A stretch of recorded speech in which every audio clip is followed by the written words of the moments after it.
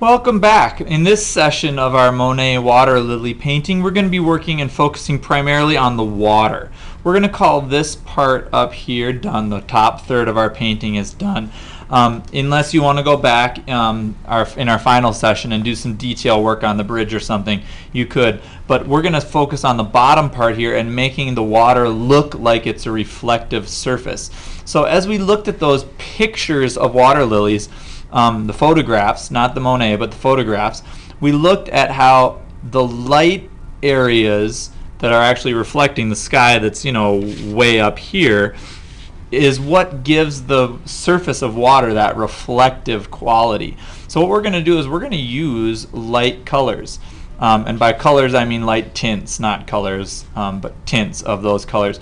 So before we use just regular turquoise here, I'm going to take just a little turquoise and I'm going to mix up quite a bit of white with it. So it's a really light turquoise, but it's not white. If you look at my palette, you can see the difference between this one and this one. They are actually different. This one is a light tint, it's not white.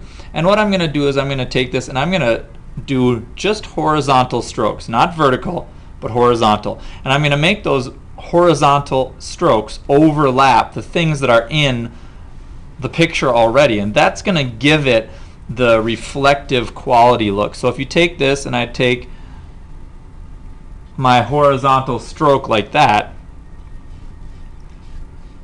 okay, that's going to break up for the viewer this bottom part. Now if I continue that and I take some white and mix a little bit of green with it and get a really light green tint, and I start overlapping the blue and the green, and then maybe even take some other ones, like if I get some light purple and I start overlapping those, it will give the surface of my water a very reflective feel. Okay, and so you can kind of see how that is going to change it. Then I'm going to get some real blue. I'm going to stroke it right underneath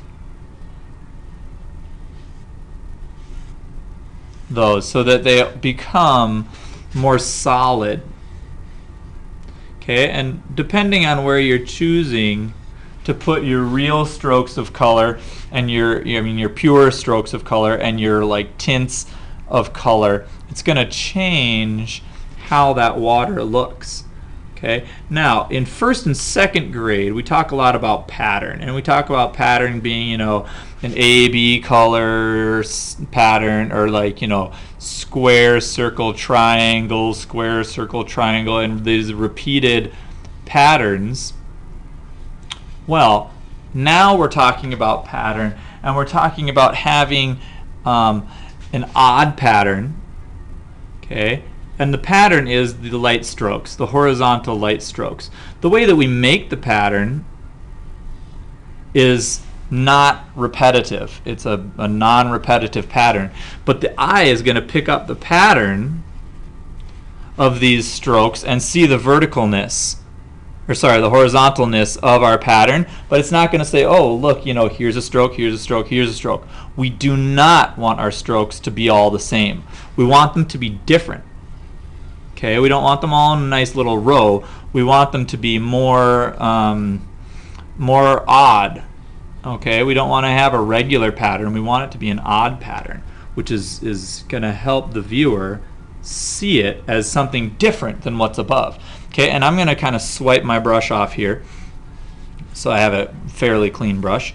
And I'm going to take blue, and I'm just going to put one blue stroke right along the reflection line here, right where that water is, because that's going to help define our reflection line. I'm going to pull it down a little bit into the water.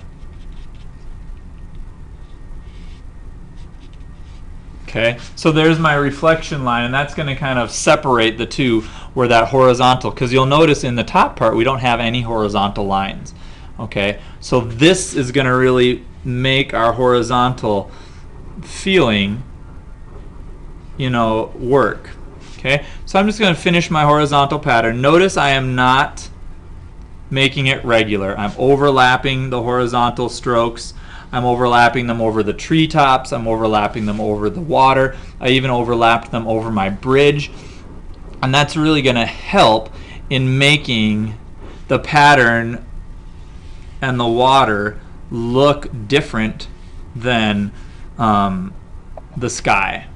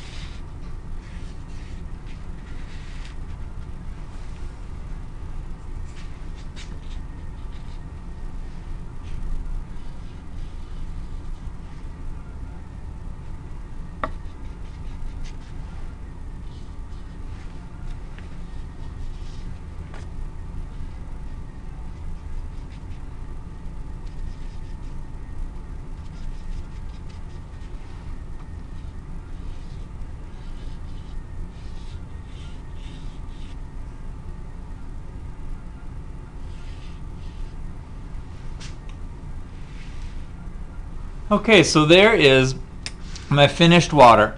Remember, you want to have horizontal strokes of light tints of those cool colors. Now, depending on what color scheme you chose, if you've got a different thing going on in the water because it's evening time and you've got the sunset, you might choose to use different colors. But the skill is horizontal strokes that are overlapping the picture that we've done before.